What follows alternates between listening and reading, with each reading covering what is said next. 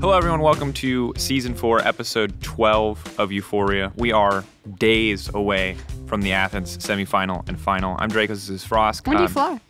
Thursday evening. Me and Quickshot have the same flight. We waited so long to book our flights that there was literally like one decent flight left. Are you with Betty and I? Maybe. We're like at 8, I think. We might also, no, we're like 6 or 7, I think. Oh, okay. Yeah. That's fine.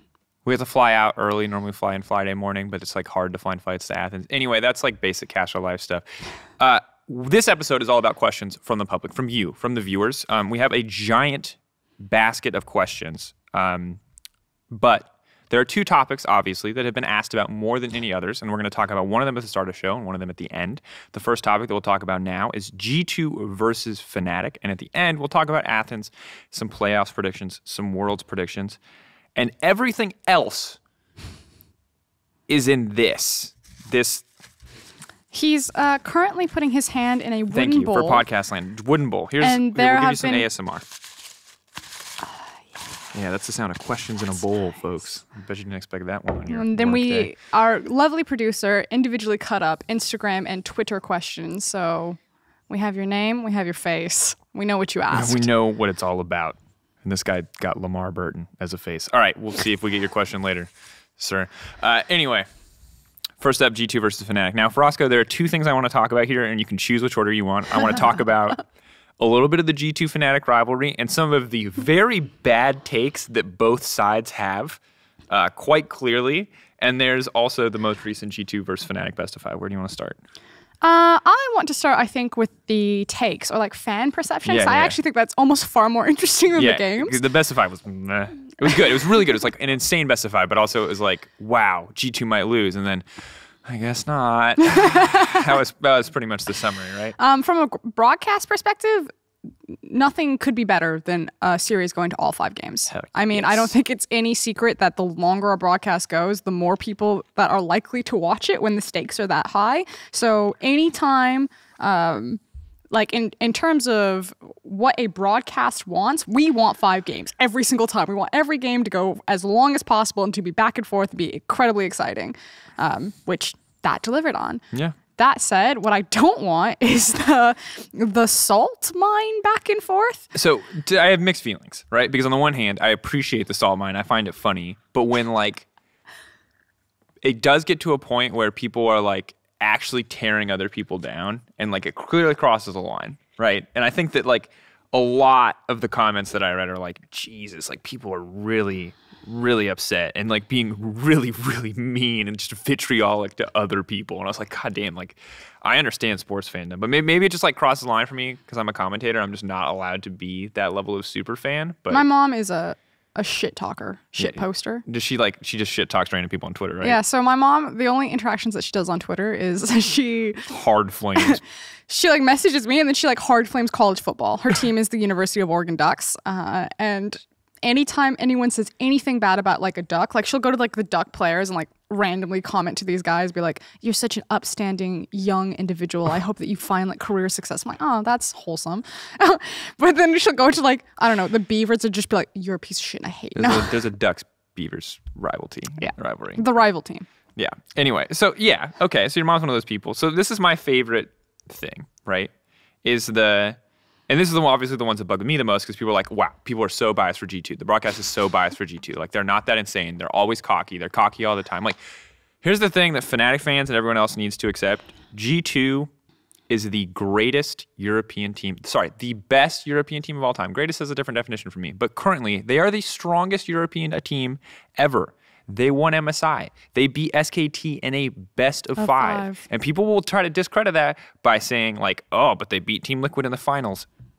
Who did Fnatic beat in the semifinals, Fnatic fans? Think about it.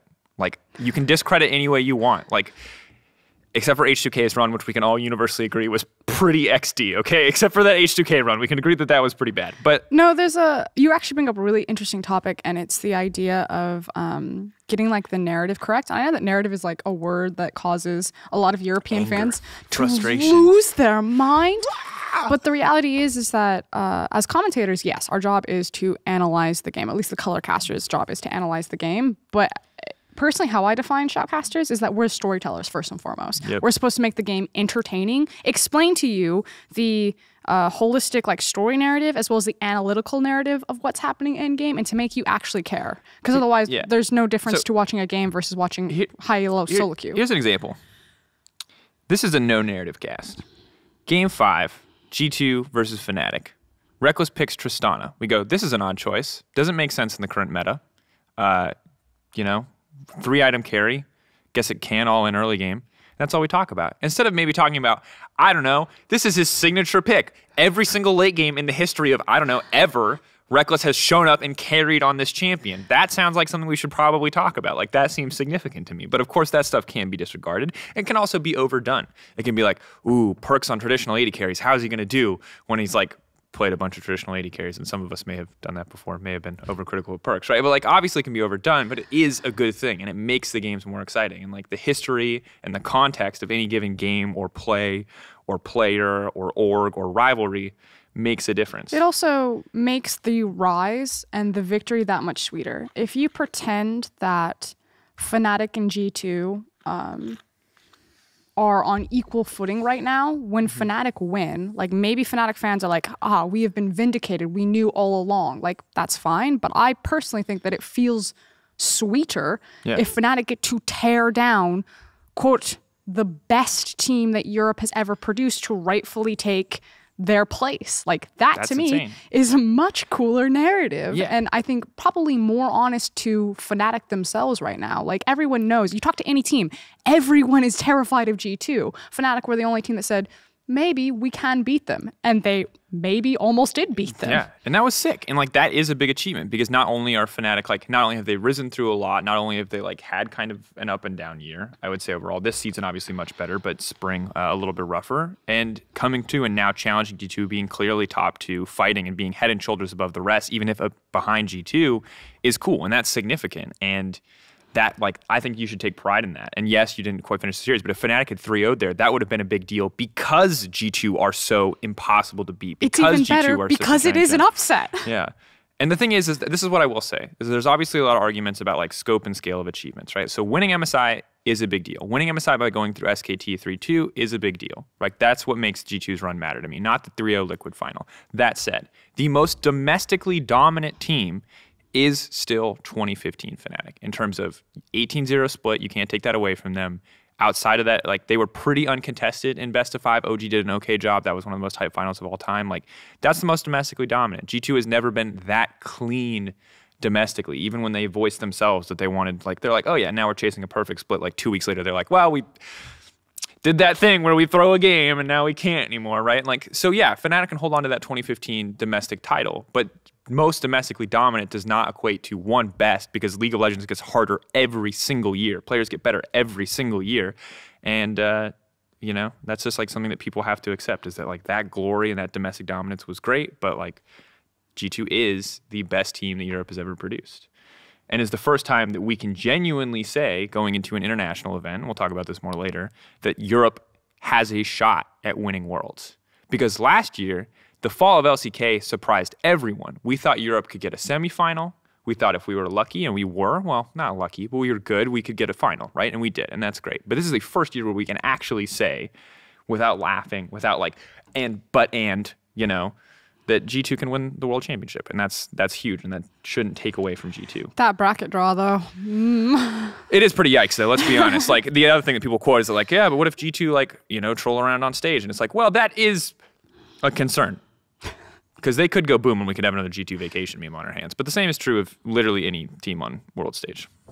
No, last thing I want to say and just underline, I hate when narratives get cheated. I hate when people would just say, yes, SKT will win, or we must give SKT respect because they're SKT, because that cheats how powerful they were, rather than talking about the reasons why they were strong. Yep. And I think the same thing happens to any dominant team and any team that's like chasing them. And it's happening to G2 right now. Why is it so important that we continue to talk about G2? Because they are incredible. When this team eventually doesn't exist, which I don't know what the scope of that is, or like the longevity, if you don't talk about it now, then you have missed a massive moment in history. You were literally watching League of Legends history be made. I have never seen a super team like this. It's incredible. Yep. And to preserve a fan base's feelings because they think that the broadcast is biased. Nah. I'm results-based right now. I see an MSI champion, and I see the final game almost being ended in 18 minutes as soon as Twisted Fate was banned. I'm like, G2 probably pretty good. Probably pretty good. Probably pretty good. Here we go, folks. Now it is time for the infamous bowl of questions. These questions came in across Instagram and across Twitter. If we don't get answer your question today, I apologize, but thank you so much for submitting them. There was a ton of questions. If you submitted a BS or troll question, such as why am I banned, whatever. We didn't There's answer a few. No, actually, there's a few. I put a few of them in there, but I'm just going to flame you because that's a stupid question. So maybe you get answered and you can be embarrassed. When will Riot nerf Kled? That's in the bowl. Mini Bobber asks, Dracos, I'm confused. Which lane do you main now? Mini Bobber, I mostly play bot lane. I gave up on playing solo queue. He's using the word bot lane rather liberally. No, I mean not AD carry. I play bot lane. I play with Ender exclusively, and I mostly play solo queue for fun. We're high gold. We're probably not going to get plat, and I play exclusively BS picks. We play Pyke Bard bot lane. I play Yasuo lanes. We play Poppy into Yuumi. We'll probably play Pyke Mord when we get a chance. I just play BS. I've given up on being a great League of Legends player, and I've decided the only way for me to have fun is to play off-meta stuff. Not the stupid, whatever that guy's name is, Teemo off-meta support, though, where I'm hard inting. I'm trying to win. I'm just trying to win with less than ideal picks. What role do you main? You're still an AD carry, right? No, I switched to jungle because I go through those things where I'm like, I can't carry from this position. The mechanics are getting worse as you get older, but the brain stays good, so you're trying to play a big brain role. I feel that one. I just want to hire someone's hands, and I'll just sit behind them, and I'll just be like, go there. That's do called that, boosting. Do this. What is Many it if I'm people the have tried brain? to hire the hands. That's what we did in Oceania. Fish is like a really talented mechanical player. Absolutely. Just dumb. Just cannot Just think. runs it in. Just like, I'm just going to outplay this guy. And you're like, he's 2 levels above you. But we have track record perfectly. We got him all the way to master in OS, and I just sat behind him. I was like, do this camp, now gank top, now look at bot. Okay, go. That's it. You can hire Frostgarden to coach you in the off season. Extra income. Okay, here we go. Fixedblade at Fixedblade. Will there be a chance to meet you in Athens to take a picture? Yeah, sure. Yeah.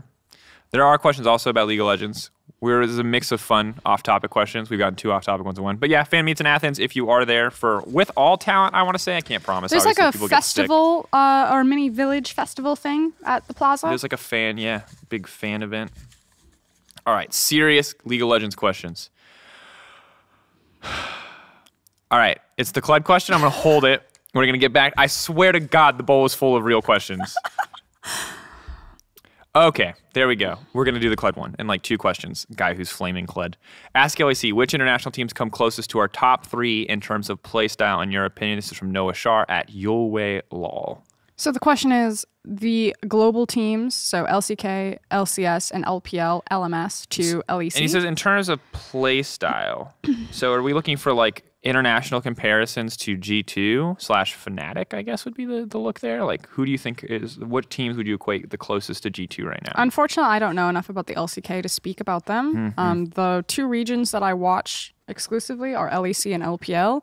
In terms of comparing G2's play style to an LPL team, ooh. I'm thinking. You can also just talk about because if there's no playstyle comparison, talk to me then about like who's G2's biggest competition. Who do you actually see from the LPL being a? Well, the 2 strong LPL teams right now are RNG and FPX. And people will say, we'll just assume because they'll look at a name like RNG and be like, yeah, Uzi's team. Totally understand. It's not because of Uzi. It has nothing to do with Uzi. It's because of their new top laners. So the biggest problem that RNG has always faced, and it's partly why they completely collapsed at Worlds, is because it was a meta that relied on 2 solo laners. Xiao, who was underperforming, and then Let Me was also massively underperforming and is a known tank player. Let Me has now retired, and they have a new guy, formerly Xiao Al from Suning, and Xiao Al is kind of helmed, at least when I was in the LPL, is kind of the next coming of Going to think of him. He's a very versatile, incredibly strong top laner, and the LPL has the best top laners in the world. They are so good, and it is so stacked, and this guy is very good, and that's why RNG are scary. Xiao, who is performing better. Raz seems to think much higher of him than I do. Xiao, who has had some pop-off games. I look at decision-making. Xiao, who sometimes doesn't press his buttons very well and definitely doesn't think about situations very well. And so I think he still can be exploited, especially in the caliber of international mid lane talent, but their top laner is really good. And then, yeah, Uzi. I mean, yeah, FBX. All right, FBX RNG is interesting. And then I think it'll probably be BLG. BLG is good. I mean, also from an LCK perspective, I think it's pretty easy for people to assume that like Griffin will be able to contest people. Although I really like am not impressed by Griffin even after against that best of 5 against SCT. Like if they're just going to crumble anytime there's pressure, yikes. And SKT, Vedius made a great meme about it, and you can go read that on Twitter because it's going to be quoted for the rest of the world. But it's exploitable mid game, yada yada. I totally see what he's saying though. We were watching the Dan series, and they had I think it was the Tom Kench. Well, of course it was a Tom Kench game. That's every LCK game. But the thing is how the LPL uses Tom Kench is they use him as a dive tool and threat to side lanes, and how the LCK seems to use Tom Kench is like, oh my god, an assassin, a Sejuani. We need some sort of disengage option, which I understand that. That's technically what Tom Kench can do, but it's very different mindsets. Yeah, and it feels like you can...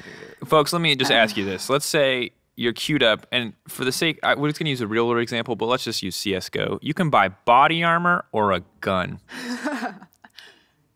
I mean, if your goal, in the case of CS, is to kill the opposing team, you can see how if you don't have a gun, buying body armor probably won't help you. And that's how I feel about Tom Kench as a pick. If you want to do nothing and survive...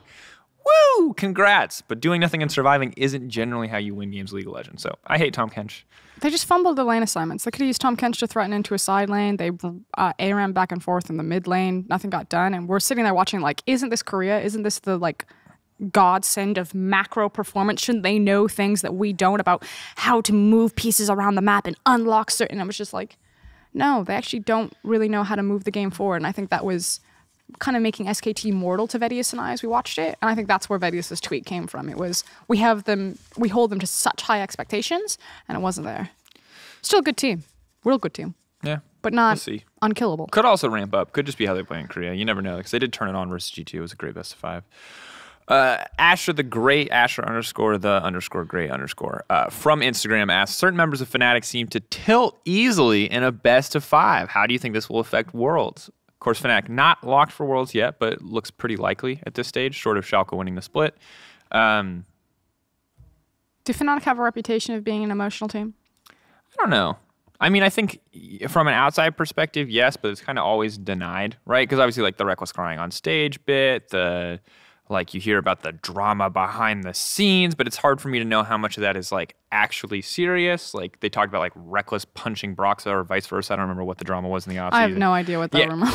But I don't know if any of that is based in reality, or if someone's like, or if it's like just been telephoned so much that it's extreme. But what I will say, this is what I'll say, is that when you can look at that G2 versus Fnatic series in one of two ways, which is that G2 turned it on and became all-knowing, omnipotent, powerful G2, which is obviously hyperbole. Fnatic fans, they're not omnipotent. Or that Fnatic started to crumble, because Nemesis, you can say it to the TF pick, or you can say maybe he started to struggle. Definitely Hylissang was looking a little bit off there in those later games. So I'm wondering if there is an emotional aspect, but it's hard for me to say without knowing, without watching scrims, without being there in the comms, if that's emotional, because that's the thing that you don't... Labeling a player as a tilter is a very big deal. People obviously were like, oh, Jankos tilting narrative is so untrue. Like, for the record, I still like hold on to Jankos not being fantastic in high pressure games back in the day. Now obviously he's doing great. That dude is a rock. But it's really dangerous to label a player or a team as like tilters, because I think it takes a lot of agency away from them, and it is also such a good like, oh, they just tilted, that just fell apart, and it just like kind of takes away from actually looking at what went wrong. I think I'm aligned with you that I can't speak to Fnatic's specific internal, because I'm not there. But in having worked with teams who definitely did have emotional problems or holes to them, I think that there's two things that happen in that type of series. One, losing that series in the way that Fnatic did, your team has the veteran experience and the management is strong enough that you can go away, you can use it as a learning opportunity, perfect different types of strategies, and then hopefully have another run at G2 in a final where you're actually able to close out the series because of the intel that you gathered, because the drafts became quite clear what was prioritized.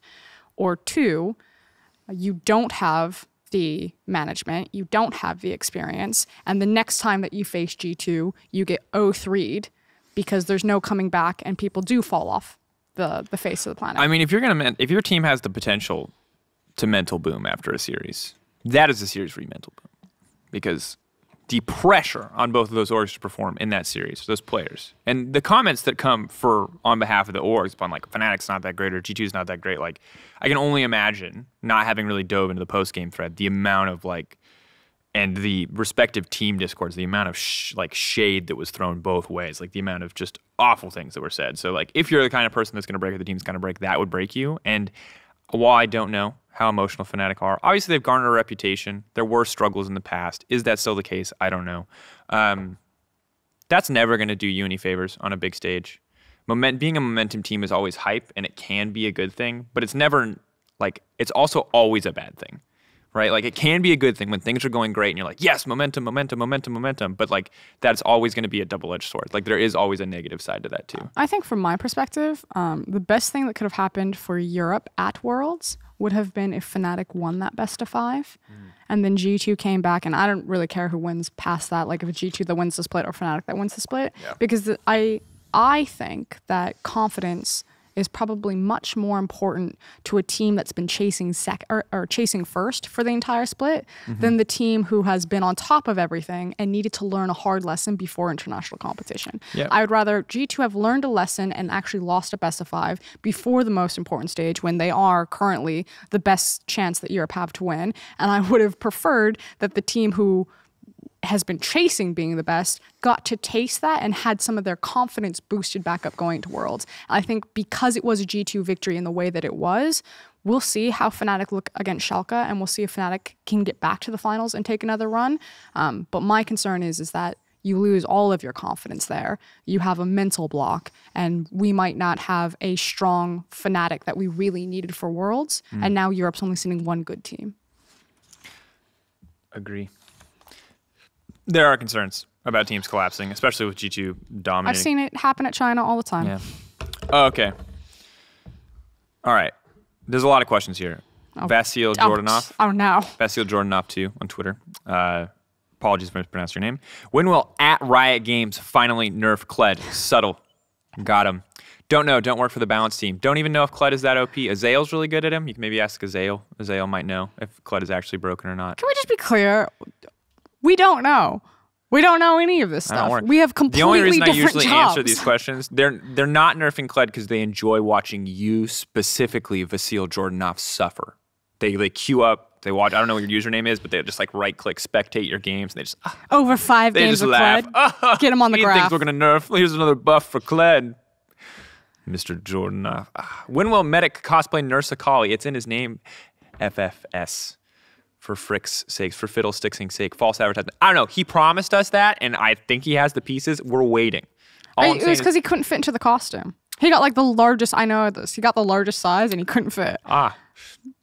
Couldn't fit in the well, if there are any cosplayers out there that want to assist Medic in making his cosplay, let him know on Twitter. The thing is like, that shit's expensive.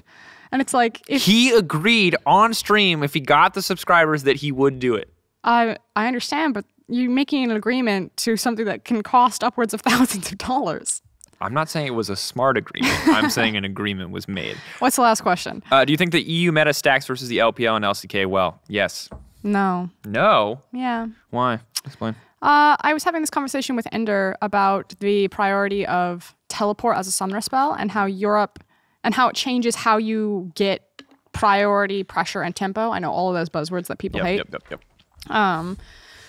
Europe uses teleport much more than the LPL does. Not that the LPL doesn't use it, but they will sometimes opt to go both combat summoners, and that just changes the fundamentals of the game. And if a team like G2, like let's say stylistically that they're the best chance that Europe has, runs into the LPL and they're packing a bunch of TPs, and the LPL decides to run all combat summoners in the bot lane that time around, I don't know if G2 would be able to shift playing for priority, pressure, and tempo with their TP rather than falling into what Grabs described as the caveman mode, where you just start fighting double combat summoners all the time. Yeah. It's interesting. Like, that's actually just a take that I did not expect to hear. I think a lot of people will talk about, like, the focus on flex picks, which I think have been nerfed pretty repeatedly. But what I will say is that, like, I think that stylistically does not seem great, but the depth of champion pool and the amount of players on G2 that have the amount of overlapping champion pools for G2 seems like a strong suit, despite the fact that it's clearly been attacked and nerfed a lot of these flex picks. And like honestly, it seems like they're just trying to force champs out of the meta. Like Akali just like losing her microstone on PvE is a big difference. So I'm wondering, but even then, like even after that skepticism, the things like the Akali being flexed to top, the Syndra coming in, and like we don't even know the depth of what Perks can play. Like if he's gonna like maybe he just plays 80 carries now. Maybe they'll like, oh, mages are like insane. Narrative is just like non-existent, and he's just not going to be playing mages ever. Or maybe like there's just so much more to be shown, because we've also heard about Caps's like 5 picks that he's quote unquote going to play at Worlds that he never brought out from both Youngbuck and Grabs. I also think it's changing the lens of macro versus micro intelligence.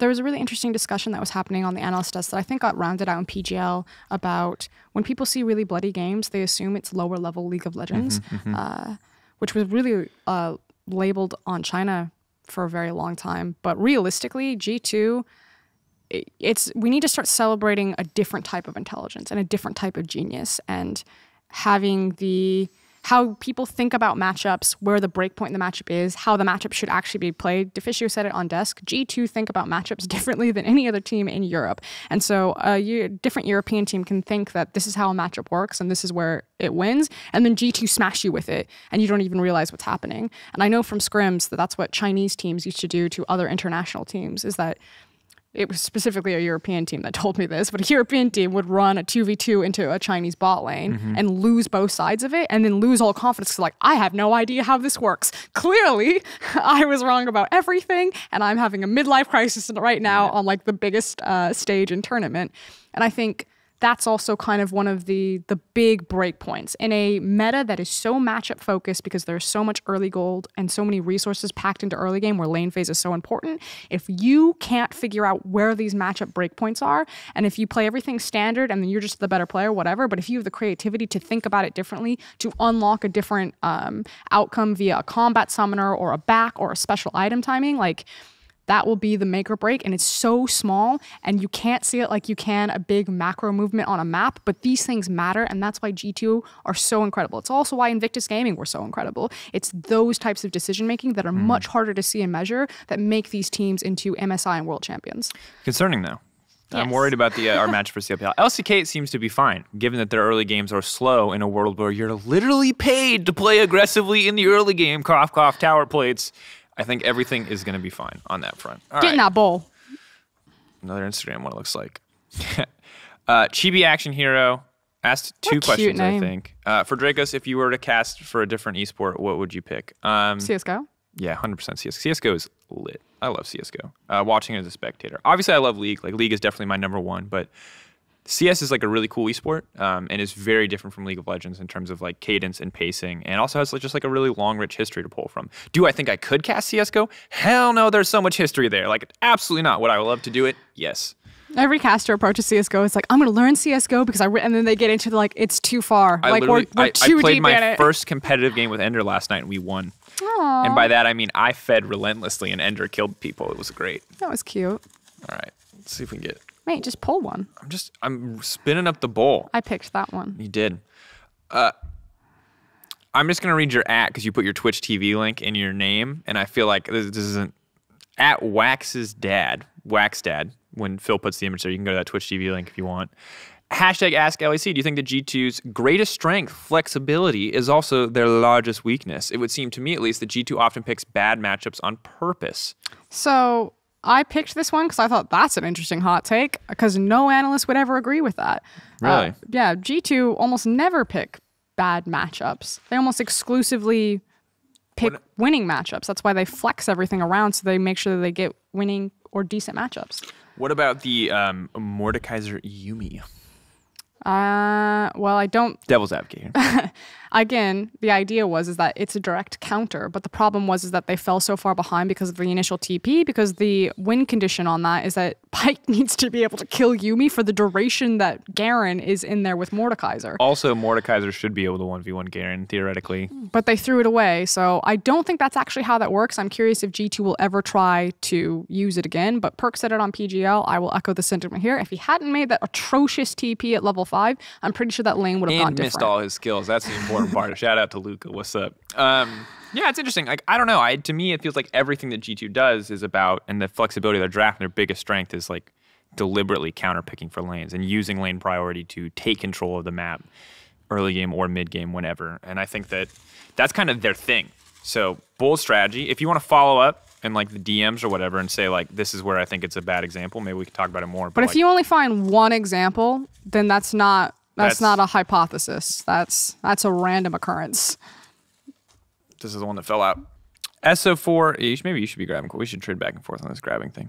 SO4 Zinniax line. Why don't you just call Schalke fan? Gabriel Schalke fan by Zinniax. Zynax.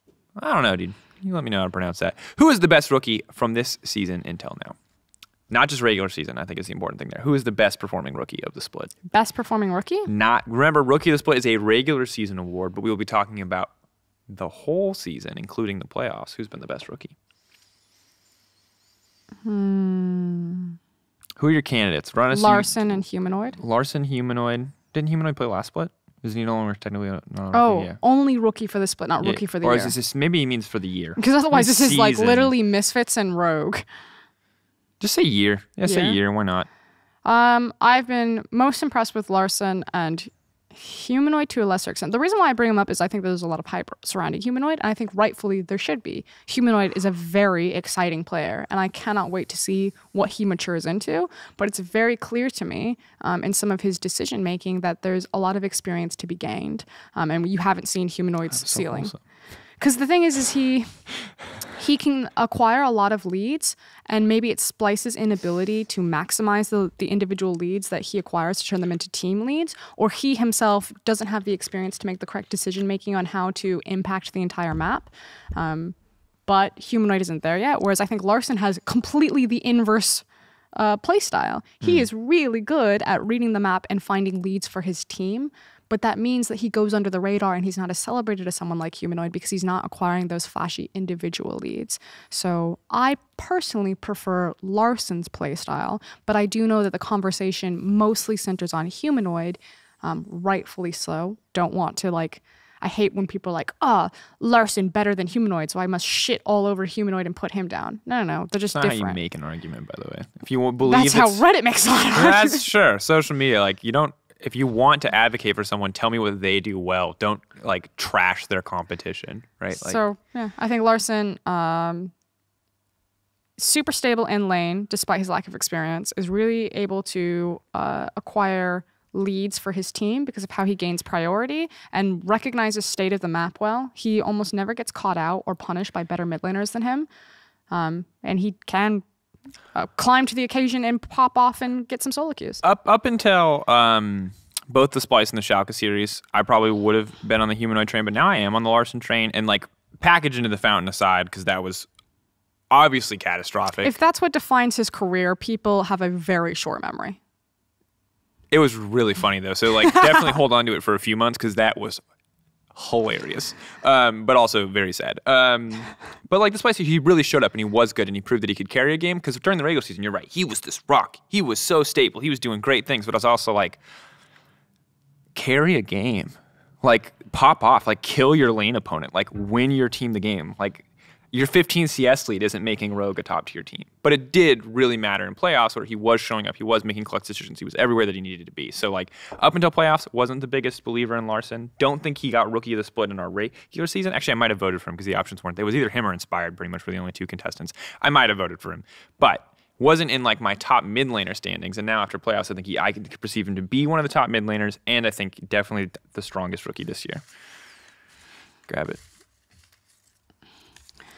Okay, AAA Walk at AAA Walk.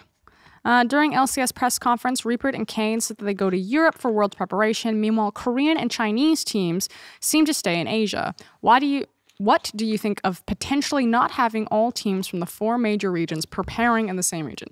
Let me tell you from some experience. We talked about this a little bit last week, but you just tell them the story.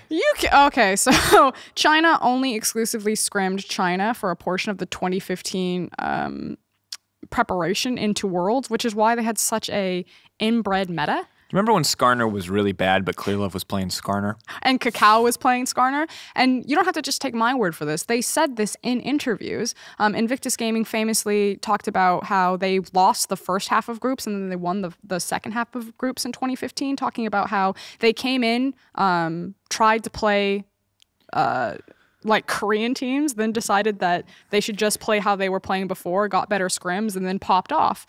So don't only scrim a select few teams. It gives you really bizarre champion priority in meta that the tournament meta isn't using. Yeah, we call it inbreeding a meta. It's one of my favorite phenomenons where you like come into groups the first week and like someone's convinced this pick is really good and they just get dumpstered, but they keep it for like the entire first week of groups and it's just clearly awful. It's really funny. Keep an eye out for it. But I do want to say it's really hard to kind of pull the plug on that when because it's super obvious for fans, it feels like, because draft is like one of the easiest things to grab hold of. And if a draft wins, people will ignore it. And if a draft loses, clearly everyone's like, oh, that was a garbage draft. What are you doing, Reaper? Sorry, Reaper, you always get like the shit stick with that. He does. It feels like every time Cloud9 draft. I don't know why. Cloud9 fans. Sneaky. It's too nice. But the thing is that if a team has only practiced like a certain number of compositions and styles, you would rather play what you're comfortable with than being like, maybe this pick isn't working out. Because players can always justify, oh, you know, it was this little thing that didn't work and we can make this work. Because you're having, obviously, you're probably having success in scrims. Yeah. My concern, actually, this is a very legitimate concern from talking to the teams about the scrims, because I do think that scrimming the LPL specifically is really important for Europe, and I think that scrimming the LCS is also low value, and I won't say harmful, but I'm concerned that it will not be a big benefit. If G2 are already struggling to get good practice in Europe with European teams that, in my eyes, would smash most of the LCS teams, why would scrimming LCS teams be the right choice for them? Like, I really think that for Fnatic and for G2 and potentially for the third seed, like, it is in Europe. Jet lag is a big concern. You want to be comfortable. You want to be on the right time zone. But also, I'd be like, hey, which LPL team can we like fly out on short notice to like Amsterdam or adjacent to the servers so they can just like hard scrim with us and play with us? Because this is actually a very legitimate concern that I have, that like, while I respect G2 as a team immensely and I respect their intelligence, I also think that like getting a wrong read on the meta sets you back so far. And it's much less likely to happen to a team like G2 than it would have happened to like the Sven Mithy G2 where they like misread the meta and then they're out of groups. They're like hard inting it, right? But still, it can definitely happen. And like, I don't want to see them be 0-3 coming into the first week or coming out of the first week. Like when EDG let through Mordekaiser and Darius. Because that will happen. Like, there will be a bad read. And I think while G2 are clearly a team that are willing to adjust, like you said, there's only so much practice. And also, while they're not as prideful as previous eras of G2, I still think that they're the kind of team that are like, oh yeah, we could have done this. That exact example you're talking about. We could have made it better. So I am worried. Very good question. I am concerned for Europe.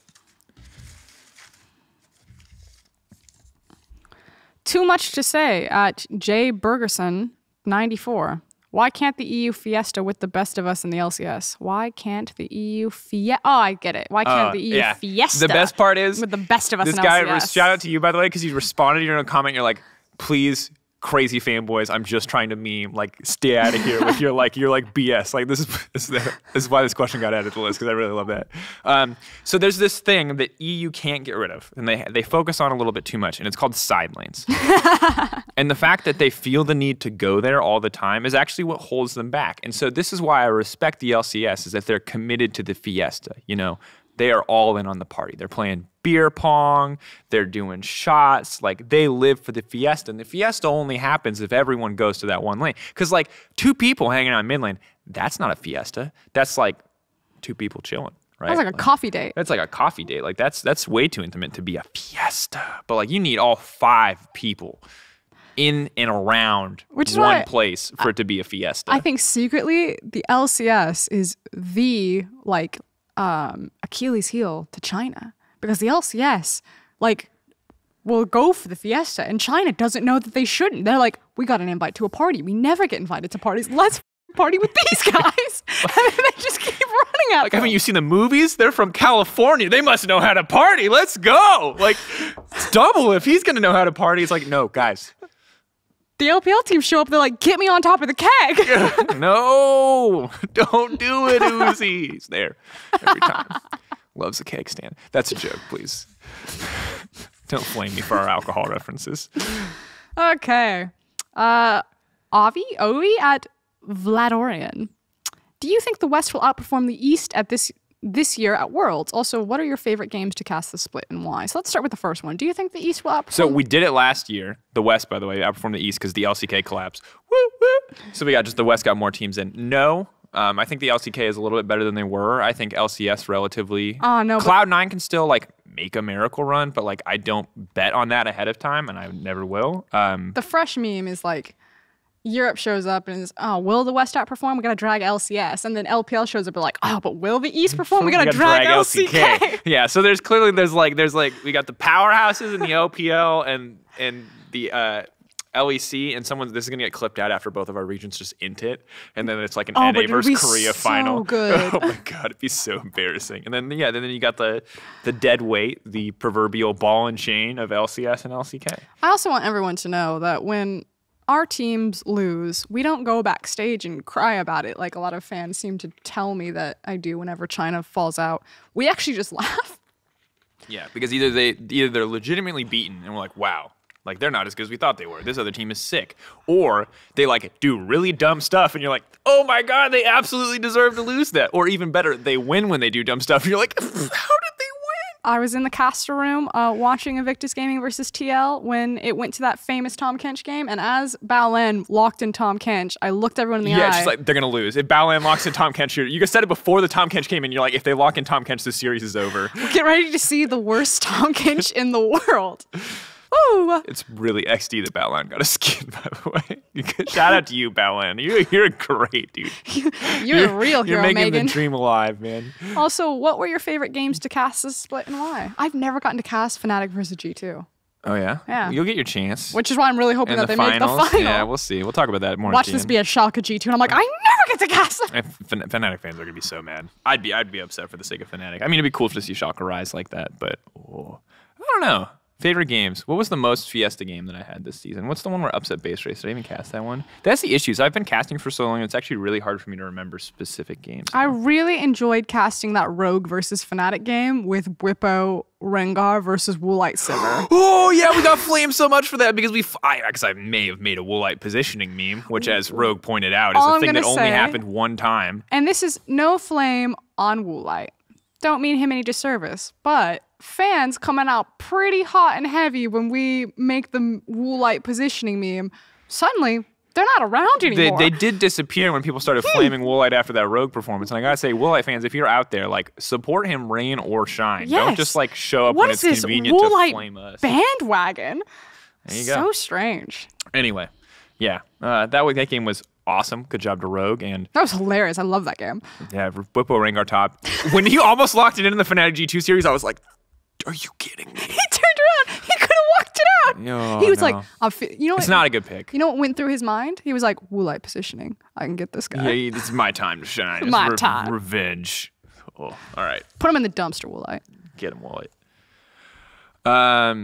Carl Arcad at Arcad Carl. How bad is Fnatic's mental after losing best 5 versus G2? Do you think the Fnatic can bounce back and take down G2 in finals? We kind of already hit on this, so just to like quick TLDR again, like I'm gonna assume veteran. If the mental is broken, and they're done. If not, they're probably fine. But G2 also looking much scarier, so I don't even know if Fnatic mental is gonna matter because now G2 are like, it's time to stop playing WoW, boys, and that's like no more vanilla for you.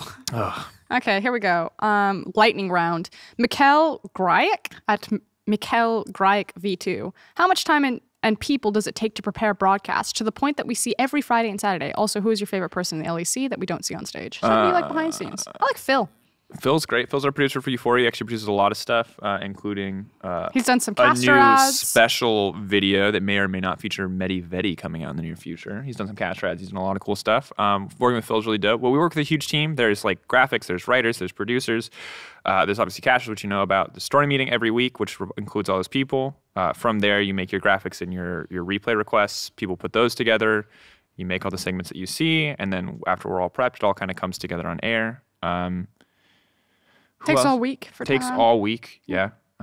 We have to have our graphics submitted by end of day Wednesday, or we get flamed because people need to make those things. So yeah, it's a pretty big team. It's a pretty big process. On top of that, that's all the behind the scenes production people.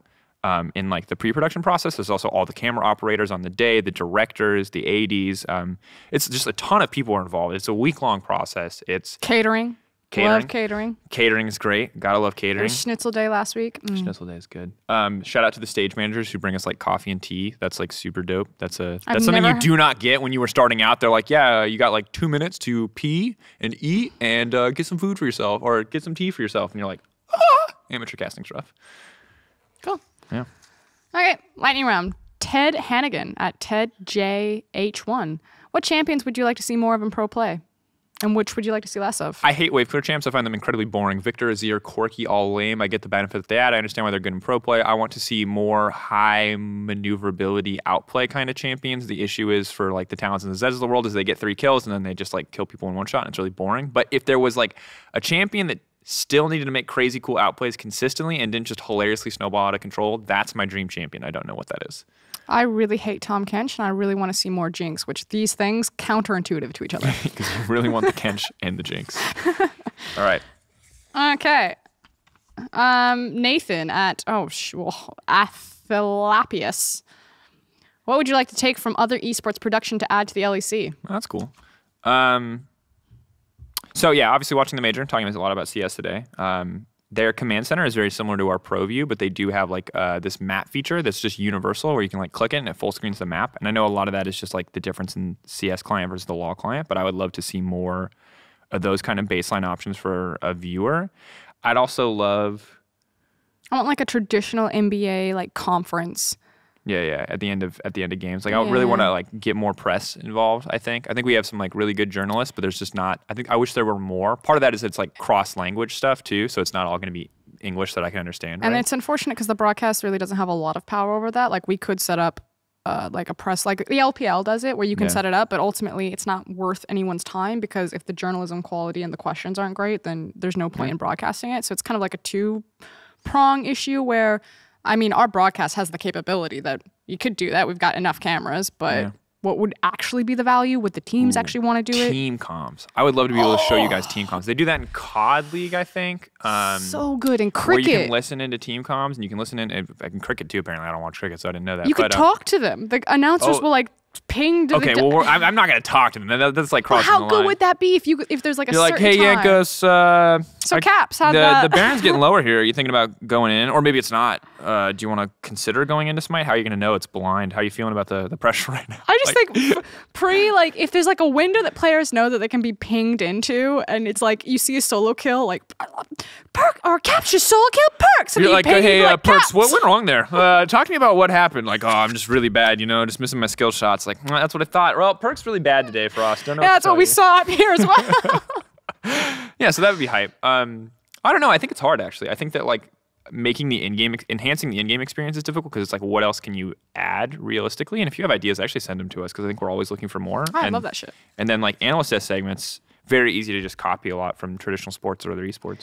Okay, at CX Blake Armstrong, what would you be doing if you weren't caster/analyst? I'm not an analyst. I'm just a color caster. Very specific. Not an analyst. I used to work as an analyst and a coach. I'm very I feel like we really need to put out the vocabulary there that shoutcaster and color caster is very different than analyst. I analyze games. Yeah. But I do not have the same job as an analyst. Yeah, because if you're an analyst, literally everything is bad. That's like your life. Your life is to find why everything is bad and make it the best that it can be. Whereas if you're a color caster, your job is to like find a balance between good and bad and tell the most honest truth that you can. Because your job is not to tell everyone that everything's bad all the time. I'm not there to teach teams or to like help guide them or direct them. I'm here to observe what they're doing and have an opinion on it. Yep. and There then you go. have education to back up the opinion. So what would I do? Obviously, the rap stuff is fun, but realistically, if I hadn't started shoutcasting, I'd still be working as a barista, a Portland barista. Yes, I am a stereotype. I've embraced it. I actually love making coffee, and I loved that job because you like showed up, you Never worked, make me coffee. and you went home. Well, we don't have a steam wand or a proper espresso. If I got setup. you this, would you? Yes, in a heartbeat. It's literally my dream. I think about it. I think about trying to tell the people in our office every day that I will make coffee for the entire office. I have a new pitch for EUphoria because I think we got like the coffee thing like I just vibe make down. people coffee. Yes, and it's basically like hot ones, except it's like Portland barista Dracos making coffee for the And I'll pros pop that off. come. If anyone wants to latte art battle me, yes, that is the most pretentious hipster thing you can possibly say. But I said it. I will go. Anyway, I really love making coffee. I like having, it was a very nice balance of being like chill job, tips for a lot of my income. But I worked, I went home, and I didn't have to think about work any more than that. And that's kind of the nice thing. And I made enough money to survive and be happy. And now it's easier for me to say in hindsight, like that was great. At the time, I was like, God, please let me into esports. But yeah, I wouldn't mind doing that again for a little while. Greatest job other than this one that I've ever had was painting houses. And it was just like, I hated that. I had to do that one summer love with my that. uncle. I hated that. well, we were like a college, and so you just go and you bid, and you're like, these college kids in their truck with paint covered on it rock up to a house and like, oh, yeah, we can paint your house for like, I don't know, $300. And the thing is that because it's like bid and it's not paid hourly, how quickly you did it, obviously to an acceptable standard, Yep. made how much money you made in an hour. And we got really good. We'd show up in our swimsuits and we would just I'd chip, and then someone's behind them priming the house, and then someone's behind them painting it. We're going up and down the ladders. No safety, no regard for our well-being or lives. I fell off 3 houses. Rot in your grave, OSHA. Okay. Eddie Maya. Is any wildcard region that can best West and East? Well, the LMS still exists. Yeah, the LMS is looking pretty rough. Turkey, as always, is looking pretty good. The LCL remains a wild card. Vietnam is obviously insane, and I don't think we can actually call them a wild card region anymore. Given They that are not. They are the VCS, and they will mess you up. So if you count the VCS as wild card still, which I don't think you should, given the slots that they've been allotted, or if you're not going to count them, definitely don't count the LMS either. Don't count them out.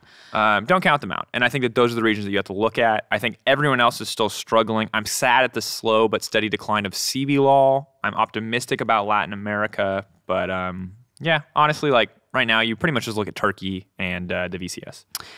Dracina C. How do you get into casting? Can you give some advice to become a caster too? Do it is Do the it. advice that I would give people. People like always are like, oh, what can I do? How can I focus? Like just cast. Just like find a VOD and cast. There's a lot of things in life that are very difficult. The barrier to entry is very high. If you have Instagram and you have a phone, or if you have a computer at home and you're playing League on it, you technically have the entire setup that you need to start recording VODs. You can record them yourself by casting over VOD with like OBS. If your computer can't do that, you can just practice and then try to find opportunities elsewhere. And the only other advice I say is that being a professional, showing up on time to any commitments that you have in esports is really big because there's a lot of people, especially lower down in the grassroots scenes, that are kind of like, just don't respond to emails very timely and don't show up when they're supposed to show up and don't take things very seriously. Esports has a bar because the age demographic is so young, and this is a lot true for a lot of the tech sector, where you have people who didn't hold traditional blue-collar jobs, and so when they have to rise up to professionalism, the standard is inherently lower than if you worked a traditional white-collar job and you have to like tone your language down to fit in that tech. Yeah. We call it bro culture, but like that idea of being more laid casual back, tech more culture. casual, it's easier. But then when shit hits the fan or you need to show up to get a job opportunity, you can't rock in there with the same casual conversation. You need to dress it up. And I see this problem all the time in esports. Shit hangs around. If you're an asshole on Twitter, like it's too small a scene and it's not worth it. Don't burn your bridges. Don't be a dick. Yeah, don't burn any be an bridges. asshole. It's not worth it. Because if you apply 2 years later, I guarantee you we've heard this conversation multiple times. Oh, you mean X person? Well, look what they said. Boom. And then it's like, Yeah. that kills your career. Yeah. So yeah, obviously people small scene, so people know people. So be good to people. Don't burn bridges. Be a professional. Always be professional in esports. If you're gonna flame people, flame them in your own time with your own friends in a way that's not gonna get back to them. I understand. Esports is infinitely frustrating. There are people that are going to drive you nuts and probably deserve to be flamed, but just keep it to yourself. It doesn't help your career. Hot takes on Twitter ruin careers. Bjergsen or Caps by Tuan Hai. Caps. Caps. Bjergsen and domestic achievements, obviously untouched. International achievements, ha! Nice. Okay, Vencil Foldy by ASD 735145002. The question might be general for a player or a coach, but I think many of us want to hear the caster's opinion too about the game from the perspective of casting. Are the games fun to cast nowadays? Which meta was the most boring and the most amusing for casters? Okay, one thing, really good question. That was You have a Twitter, the new equivalent of a Twitter egg, and like the most. So if you made this Twitter account to ask this question, shout out to you. And if not, like get an anime avatar at least. Come on, my dude, and like change your name because like this is a great question. Thank you for asking this. It's just like I by default would scroll past this question. That is the most Russian bot name I've ever seen. Yeah, because this is like this straight up like if your next follow up to this is not like some spam porn link, I'm like very surprised. So awesome question. Thank you for asking. Get an anime avatar, join the rest of us, and yeah, just update your name, Vencel, because this is a super good question. I like this meta. I think the flex pick meta where G2 were most prevalent in MSI was more fun because there's a lot more insanity. I think Corki and Azir was kind of boring. But the worst meta that I have ever cast was the 40 to 50 minute team fight meta, which was 2018 spring, I want to say, or was it 2017? Also 2014. Also 2014, which I wasn't casting a ton back then. I was casting collegiate, so that was pretty just much like, that was what you call a, that was like you cast in the zoo. There were just people fighting all the time. It was a bloodbath. The meta didn't really matter. It was all what you could play. You show up to like the jaguar cage, and you're like, in next game we're gonna go see the monkeys, and then after that we're gonna go see the elephants. Oh yeah, and we're like casting 10 games a day, and it's just like, Lord, get me through this. You're this like is on your the 8th Red Bull. penguin game. The hands down worst though was the Vitality before this current Vitality, the Nuke Duck, I think Steelback, maybe Joko era Vitality. I want to say 2017 spring was hands down the worst team to cast in the history because they were just good enough at League of Legends to not lose, but they were not good enough to win. So that was infamously, it was Vitality versus Misfits where we had a 28-minute first blood, and to this day, it was the hardest cast of my life. It was so miserable. I remember that game. game. Deficio. It was so hard. I almost cried when First Blood came in. I was so happy. So yeah. That was worst meta and worst team to cast. I don't know. This meta is really hard to cast for a color caster. Yeah, it's really good for a play-by-play though. He's great for a play-by-play. There's so much action. But the color caster, like for all of the complexities that are happening on the map or are happening in these team fights, you don't get time to talk about it. Vedius, Ender, and I walk off of every single stage, and we now have a method that when you're casting a G2 game, there's no analysis. You can't. You don't have time. It's kill. This is why it was good. This is who played it well or didn't play it well. Let's see what happens next. Yep. You do not get to get ahead of the action. That's basically what happens. Okay. Do you think that the package Into the Fountain in Game 2 from Rogue sealed the deal for them by Henrique? I don't know. Femoria. It's going to show up on the screen. I think Phil's going to add them all in. To be fair, it's also kind of pixelated. Yeah. Anyway, this person, whoever you are, shout out to you for asking this question. Yes. Yep. Yeah, that Absolutely. doomed it. Like Larson single-handedly lost them that game. Won't say single-handedly lost them that series, obviously, because there's a lot more opportunities to win there. But that was a catastrophic misplay. Yeah, just like really sucks for him. Okay, we got like one more question. Do we? Oh yeah, and then we got to talk about Athens. Yeah. Just do you want to get it? I don't know. Do you want a meme one or do you want a real question? Just go reach in there. I'm just going to grab a bunch and find meme questions. Heard that Frosk is the one allowed to call you Sifa still. How do you like your duo? How do you brand it Frosco, Strakier, and how does it compare to the likes of Medivedi and Deficia? So this is the one I have. Okay, if you that's find good. one that's better. No. I got meme ones to follow up with, one or two meme ones. Henry K. is what it says. Sorry, this is my opinion of the caster duo. Dracos has the exceptional ability that he works really well in conversational moments, which don't say a word until I'm done, which is quite rare for a play-by-play caster. Usually the technique that we praise play-by-play casters with is their ability to like hype and scream and have great team fight calls. Not that Dracos doesn't have those, but it's normally not conversational downtime. Because he used to be a color caster, he's also quite color affluent. So you can, like the high-end Dracos cast is that if you pair him with like two extremely like very fixated micro or macro color casters, and then he's able to like active listen, bounce with them. You get like this great analysis where everyone is contributing. Then a team fight rocks up and he does his rap god thing, and he like has really witty one-liners about the language that he uses rather than relying on volume or like to create hype. And so I think the high end for like a Draco's Frostcast is that you're probably going to get a very different vibe in terms of downtime, relaxed fill, very sarcastic with a lot of like individual one-liners. But you will probably be missing some of like the higher hype moments. And it's not necessarily always on Draco's, it's also on me there, that like a Medi cast can provide, because Medic and Vedius can just get really high. Really loud. Yeah. I agree. I mean, I think that like one of the things that we always do is like we just talk a lot about the game outside of the game, right? And not as like a you teaching me aspect, but as like a discussion aspect. Very discussion. So I think that translates well into our casts. And I think that like obviously you have a really good sense for a game, and you have a really good sense for like the big picture storylines and for like the moments that really matter in the scheme of sports narrative. So like I think our duo is still definitely a work in progress, but I think that like, and we're not Quickshot Deficio level yet.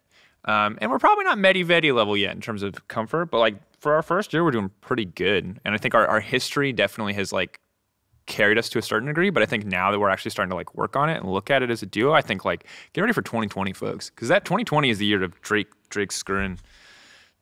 I don't know. We need the best friends cast. Best friend, mom and dad. I think it's the publicly voted poll. It's the mom and dad cast. Get ready, guys. Get ready to be told it's your bedtime. Get ready to be asked if you can pause your game because it's time for dinner, and you have to say no. It's multiplayer, mom. I thought my mom was actually going to beat me one time when dinner now, but mom, I can't pause it. It's a live game. My mom accepted the concept, so I abused it. And I was playing single player games. It's like, mom, I can't pause. She figured it out. Yeah, and then she just didn't care. She's like, I'm sorry, you just need to not play a game this close to dinner. And I was like, damn. And then she started unplugging the router, and I lost. I grew up in the era of the 90s where it was like the wooden spoon. Oh, yeah. That's not an era thing, dude. That's a household thing. But all right, good to know. All right, quick fire questions, and then we'll talk about Athens. What's the best thing or something you're proud of about NA and or the dive, from T-Bone Otter? I think Azael. I really love working with Isaac. He thinks about the game completely different. I think that he's wrong majority of the time, but it's fine because he thinks that I'm wrong majority of the time, and you can view the game differently. Very different perspective. Super fun to work with. And I think when he took over from the dive and his casting in general, and just the influence that he's had on the LCS team, I think Azael's great. He's my favorite aspect of that. Kobe's super technically easy to cast with. Probably one of the best technical casters in the world. So easy to cast with Kobe. Yeah, and I agree. Azael is a pleasure to work with. Super down to earth, super grounded. You know, you're good to him, he'll be good to you. It's just like a very nice colleague to have. I look forward to working with him at international events. Additionally, NA hype trailers are still awesome. I think NA has nailed something that our video team is also like just now starting to get better at, and has like recognized as a point where like they can really step it up. Because I think our video team is like really insane in a lot of things, but one thing that NA does better is like their use of music, and not just like that they picked NF, that they edit their videos around a song, and like that is really cool to me, and I think that's really a strong point. I really loved their smoke trailer. I still like ours more, but I really thought theirs was cool. Frostgarden and Jane Dragos, which /vid was the most fun for you to film? Not the Athens one, probably. I really enjoyed doing the Splice one. I thought that was fun. The Splice guys were gave it a lot more than I thought they would. Yeah. You never know what type of performance you're going to get from the players, if they've had like their Wheaties that morning or not. Yeah. But they seem to be having fun with it. Nice. Yeah, for me, it was Rap Battle 2. I like no idea what I was doing in like the first like 2 hours, so I was really uncomfortable. But then like one of the guys who was helping us out was like, all right, you're going to do what I do. And he just was like, this is how you're going to look hard AF. And he was just like, it's just really funny. Yeah, I got like that. It was a really good time. It took like 12 hours. It was a miserably long shoot, but it was super fun. Will we finally get an LEC special with Appa and Lord Waffles? Message them both on Instagram and ask. I want to put dogs on our broadcast. Jat's dog got to be on broadcast within like 2 months of him getting a dog. I think it's time for dogs on broadcast. Let us know. Final thing, Athens. First up, Xerxe versus Fnatic. We are a little over time here. We try to keep it to about an hour, so this is digestible for you guys on your commutes. But why only an hour? Thorn does his podcast for 5+ hours. No one watches that. Like, we look at the numbers on how long people watch for 40 minutes to an hour max of things. Anyway, and maybe not true for Thorn. Like you hardcore fans that watch for 4 to 5 hours. Bless you. Yes, bless up. Let's go. We'll talk to you for 4 hours sometime. We can stream or something. Anyway, Athens. So Xerxe versus Fnatic. My initial impression is that people are already like, it's Fnatic versus G2 final, and like there's a show match happening on the day before. But have G2 wounded Fnatic? Is this like the Gladiator, where you're about to send Fnatic into the Colosseum, but the Emperor has come up and already stabbed him, so he's bleeding out to death, and he is now going to be weaker for his opponents? I think so, a little bit, yeah. I think that's an apt metaphor. Probably not like that bleedy, but I don't know. Schalke struggled against Rogue, I think it's fair to say. Almost lost the series. Many would argue should have lost the series, which I think is fair depending on your interpretation of the Larson package play. I think Schalke was better than Rogue in regular season, but Rogue was better than Schalke in playoffs, despite the fact that they lost that best of 5. Yeah. And I mean, at the end of the day, Schalke were the better team on the day. But if you look at because they won, I still don't think that they were you don't walk away from that win yeah, we're great. Odo obviously had a fantastic series. That was cool. I think the biggest strengths that Schalke showed is that they could play through Odo and that Odo could show up when it matters because he was kind of a weak point in the regular season, for me at least. But I'm not hugely confident in Schalke if Fnatic come into the series at the same level that they came into this G2 series. I just think the playstyle is a bad matchup for Splice and Schalke facing teams like Fnatic and G2 because they are so explosive into the early game. Now, I will say that one of the advantages that Schalke has over Splice is that they will actually try to attack you in lane, specifically through their bot lane, Ignore and Upset, but you're versus Hilly and Reckless. So 2 of our best bot lanes going toe-to-toe. So even if it is a weaker Fnatic, I think by nature of play style, because Schalke like to revolve around level 6 monster objective fights and have a typically slower pace of game, that Fnatic will force Schalke to make more decisions. Schalke doesn't always make the correct decision, whereas I think Fnatic most of the time does.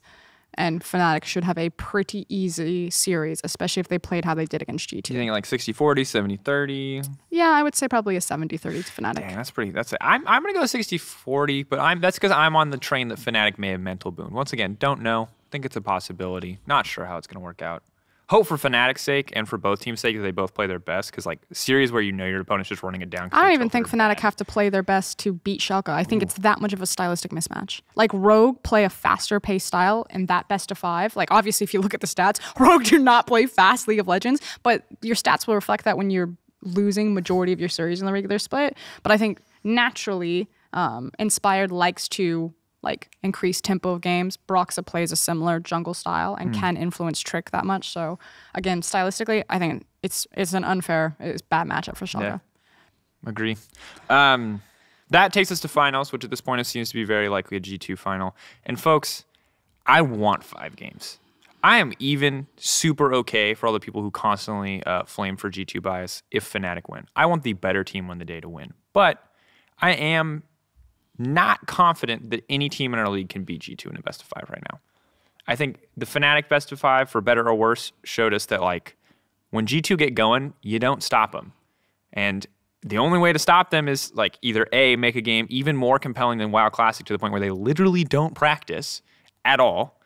Because literally there's no teams to scrim right now. So they probably got 2 scrim days and spent the other 3 days playing WoW. And I don't hold that against them because no teams are scrimming right now. It gets harder and harder to get scrims, especially when there's only 3 teams remaining, right? I think what that best of 5 proved is that G2 will bend, but they will not break. Yeah. And that's what you want out of a top team. So I want to see someone break G2, to be honest. I think it would be cool. But honestly, I would not be surprised if we have a 3-0 final. I'm going to say 5 games. I'm going to say 3-1, G2. I'm going to say 5 games because also tickets are still available, I think, for Athens. Go buy some tickets. 3-2 Fnatic. 3-2 Fnatic. Fnatic fans, you want a chance to shout in my face and say that I was completely wrong and that Fnatic are the best team of all time. Athens. You could do it in Athens. You'll see teams. All you have to do is buy a ticket. Show up. Let us know. It'll be chill. Actually, Athens is going to be dope. We're going to be flying out on Thursday to be there. Looking forward to seeing all of the Greek League of Legends players, all the international fans who are going to come in for the event as well. Super hype. Eat some delicious Greek food. I'm vaguely Greek in my heritage in the sense that I have Greek blood, but was That's the most American thing you've ever said. Yeah, but like most Americans are German and Irish, but they don't do anything German or Irish, right? So most Caucasian Americans, I should say. So vaguely Greek. Looking forward to meeting Greek people and doing something Greek for the first time since my childhood, which will be hype. I have a legal German last name, and anytime I have to use my passport anywhere or go to the doctor's office, the German's always you must speak German. I look German, so it doesn't help. Yeah, but my last name, Dracos, Greek as hell, and it's the best part about me. So thank you, Greece. We're looking forward to being there. Otherwise, last thing that I totally forgot about, who's the 3rd team that makes it to Worlds? The 3rd team? 3rd European team, assuming Fnatic and G2 are the first 2. Origin.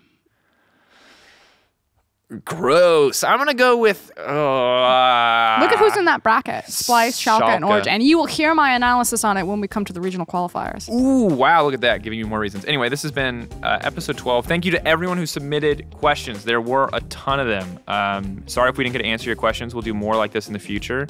And yeah, this has been season 4, episode 12 of Euphoria. We'll talk to you guys next week.